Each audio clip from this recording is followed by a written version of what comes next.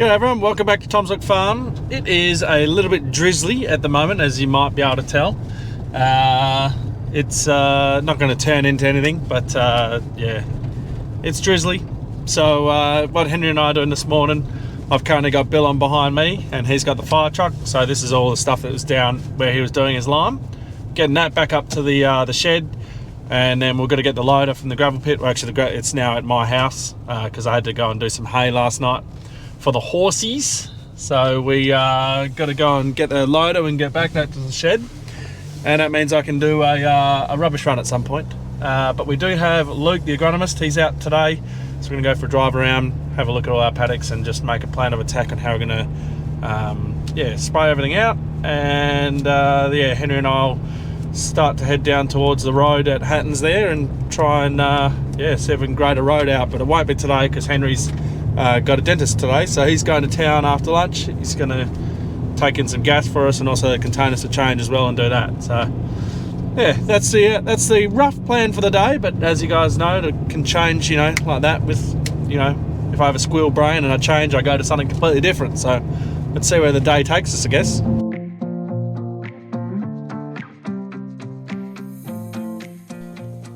Right, well I figured I better talk to you guys. It's currently 10 to 3 now. So yeah, so we went around with Luke. Now I didn't get the camera out or anything like that. It was our first time actually driving around paddocks with Luke. He's been out here before, but it's our first time going and having a look at everything. So we'll warm him up to the camera, no doubt, and we can ask him some questions and show you guys, you know, during the year, you know, how our process of you know, we see like a disease or a bug, he comes out and looks at it and we ask questions all about it. And then we, you know, we talk about our best way to attack it, timings, water rates, you know, things like that. Things that I think you guys will find interesting to see the process of how it all works. But yeah, we'll get to it. So Henry is going to be spraying. We'll probably start that next week, I reckon. Although next week we've got our confined spaces and working at heights courses on Tuesday and Wednesday, I think. So yeah, we've got, half of the farm had 7 mils followed by 30, and then the other half of the farm had 11 mils followed by 32.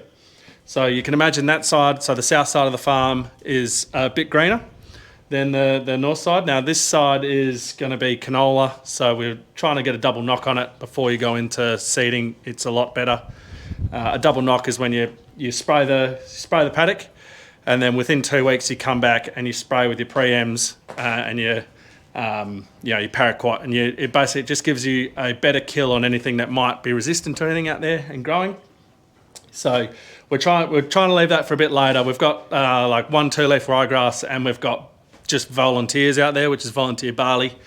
So it's not too much of an issue. The other stuff, we've got marshmallow, bastard marshmallow. It's a very hard plant to kill, so we're targeting that first. We've got all of Rosheen essentially, and then 3 paddocks in Athens to hit. So Henry's got nearly 2,000 hectares to do, but he'll smash that out, no doubt. So that will happen probably next week. Tomorrow, Henry and I are going to get down and build this road, get that sorted over the next couple of days. Then while Henry's out doing the spraying, I'll sit here and work on the bar. So on the bar, I'm just going to head over to the tractor now. I've got in my pocket here my 2 USBs, and we're going to put some stuff into the screens. Rightio, before we jump up in there and do all we need to do with the screens and sort it out, make sure steering and everything's working, the name of it. So I've been loving reading all the names you guys have been commenting. There's been some great ones in there. I did see Bandit came up a few times and people did agree with Bandit. But yeah, no, there's been some crackers. Obviously Clifford was a popular one, Big Red's a popular one. What else was there? Casey. But of course we've got Casey the dog around here, so we can't have Casey. But guys, I think Bandit's going to stick. Bandit's got it. So we welcome Bandit to the family. So Bandit, but I'm loving reading all the ones on the Mac. So the Mac the Mac needs a name. We can't call it the Mac. So keep commenting. Keep your thinking hats on. When we finally get the Mac out here, we'll go over it, and then we will do a naming ceremony on it. And yeah, that'll be fun. The couple that that gave me a laugh is because we're calling this one Bandit. We should call the Mac Smokey, because Smokey and the Bandit. A few of the other ones were, you know, things like Sarge or Colonel. Yeah, they all suit. Someone's thought Digger, because that's the Australian slang for you know, like a private, you know, the diggers. So yeah, I think the one that cracked me up the most was because we're now on the theme of Bluey, you know, the show Bluey. So we got Bluey, we got Bandit, and then in the show someone commented that Rusty's dad is in the army, but having a tractor called Rusty's dad could be, not a tractor, a truck, could be a bit interesting. And I was telling Henry today about it, and yeah, we had a bit of a laugh with some of the rude things he could be saying. But I did Google what his name is, and his name is Posty, so I just don't think that fits a fire truck. So yeah, we'll keep your thinking hats on, because I'm loving them all coming in. Someone said leaky because of all the air leaks, and yeah, that made me laugh. But yeah, no, give me well, keep commenting, keep thinking, because we will name it something, and yeah, it'll be whatever you guys have chosen. So let us know. Right, let's hop up in here and we'll see if we can get this thing steering. All right, so you'll notice that the window's a bit foggy. It is drizzly around here, has been all day. Rhiannon and myself were just down at the house before, and we were pacing out, putting in posts for horse fencing. So I got quite wet doing that, and then I was in here on the phone to Jake, the John Deere salesman, and we were setting up the auto track on this, so this can now steer. So yeah, that took a bit. So I was in here and fogging up, and it was raining. It's getting warm in here because you don't want the air conditioner on when you're sitting still. Doesn't work well with the engine off. We've got the door open now, but it might get a bit wet. Oh, it's a big. We'll see how long it takes for me to get too hot in here. All right, so what I'm going to do is put my all my guidance onto this screen here and just get that one set up and working. I'm hoping that it's just quite simple as plugging this in and then accepting it and turning it off. Well, no, not turning it off, setting it up.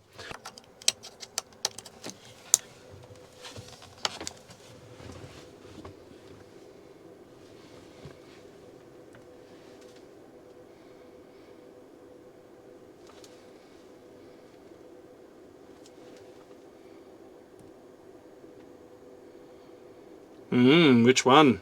We'll just go this one. Data successfully imported.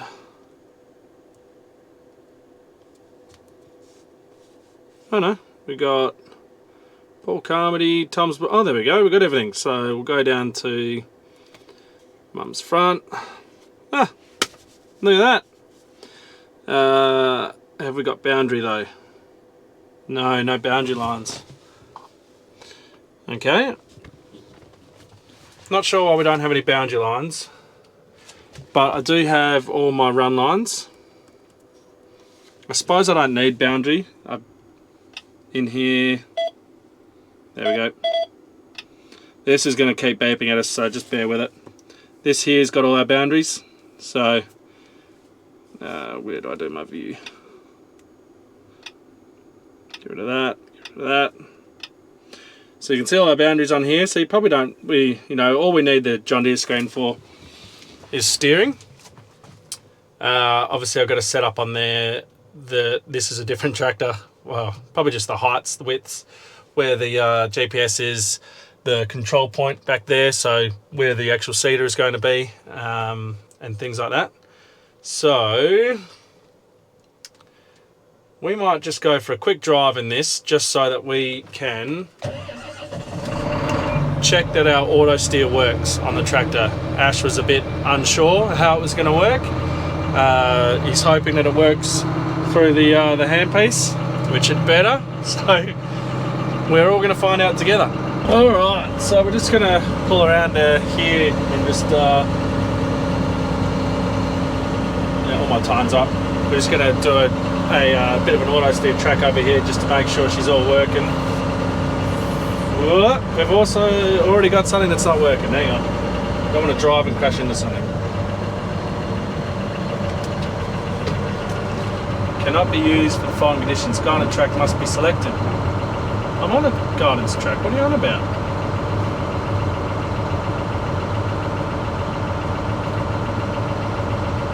I'm going to get back to you. Alright guys, we've got it working. So it took 2 phone calls, one to John Deere, and then this is the one issue of going a different colour, is they sort of don't know their screen, but then anything else, it's most likely the tractor or this system that's affecting it, which it was. So I had to call Julian, who's also the agro mechanic, so he does all precision ag stuff, and we got it there. So what I wasn't having was this wasn't available, so as I said, it wasn't giving me a track, so it was only one square on my pie chart there, or one pie I should say, and what we had to do is, well, now I've turned it off, we had to turn this auto on there, which then brought this screen up, which then brings this screen up, which means I can then, bear with me, go like this. Oh, haven't turned that on. And then there we go, we're on auto steer, which I'm gonna have to move off auto steer because I'm gonna drive over some rocks, but we'll get on it again over here. We obviously need to adjust the aggressiveness. It's very aggressive getting onto line, but that's because it's brand new and we haven't adjusted anything. So we're good to go. Do it. I don't know why I keep saying can't engage, but that's all right. We'll figure that one out later. And there we go. Wipe my windscreen. We're now hands free. We're driving along. Now I don't know why my windscreen won't stop working. There we go. Yeah, so that's good. Steering works. Again, we're sorting these kinks out now, like that. I had to, you know, first I had to activate it, then I had to figure out, well, with Julian we figured out that we got to press that button up there to get that working. So yeah, she's all working now, which is good. Yeah, bring on seating. I'm keen to see how this goes. I really want Case to hurry up and get this flow issue sorted for me out the back with the fans, so that we can what's it called, then we can hook the bin up, and then we can go and put this in the ground and just see how she works, you know, blow the cobwebs out the exhaust, get it all yeah, get it working, get it in action. But yeah, no, that's good. Got that all sorted. Yeah, we'll go back up and park her up. I definitely need to get in these screens. I'm not sure which one's controlling it. It might be this one, or well, it's probably both of them, but it is very aggressive. It threw everything off the seat just getting onto line just then. But yeah, we'll get it all sorted. Now, just looking at it, the tank wicked welding have nearly finished making those things for us, so it'll be just in time for Henry for using that truck down doing all the spraying, which is nice. We'll get that all sorted. We had to order in the taps, so we had to order in 6 4-inch taps. They didn't have any for us, so we've ordered them in, and yeah, we'll yeah, everything's slowly coming together. At some point we do need to put Wally on to the Nourish on Wally, so that's all ready to roll and good to go, and run that up, make sure everything's working on that, and yeah, just get all the kinks out of everything. Just make sure we're all well prepared for seeding. Right, leave all that there. That screen, so the X35 screen is all sorted. I don't need to do anything to that. It's all. It hasn't changed. They haven't wiped any of that, or it's not new. So that's all good down there. The John Deere screen is well, I haven't put any measurements or anything in yet. I'll do that when I've got Henry around or a second person, and I can run a measuring tape and set up the tractor, set up the bar, and just get that so it's all hunky dory. That's not something I want to try and just guess, because you need to make sure that your distances are all set up, because that will affect your turnings and your section control. So we need to make sure we've got that all sorted. But yeah, no, just we're waiting on case on those hydraulic fittings so we can hook onto the bar. I'm excited. I was like, I should just unfold the bar and just put the tines in the ground, but I left it. I'm too keen. I'm too eager, but I'll wait. But yeah, no, the ride is very comfy. Going from the 2-track, like I was saying, it's very, very vibraty, and it just bounces around a lot. Doing that loop around there that I just did would have been very bouncy, but in this, it was very comfy. It was very smooth. So yeah, it's very nice. The one thing though, this cab doesn't have a fridge, so that was a bit disappointing. We thought there was a fridge coming all the way up until nearly the day of delivery. So we're just going to sort something out in here for not so bad come seeding, but harvest. You definitely like to have cold food because it's so hot.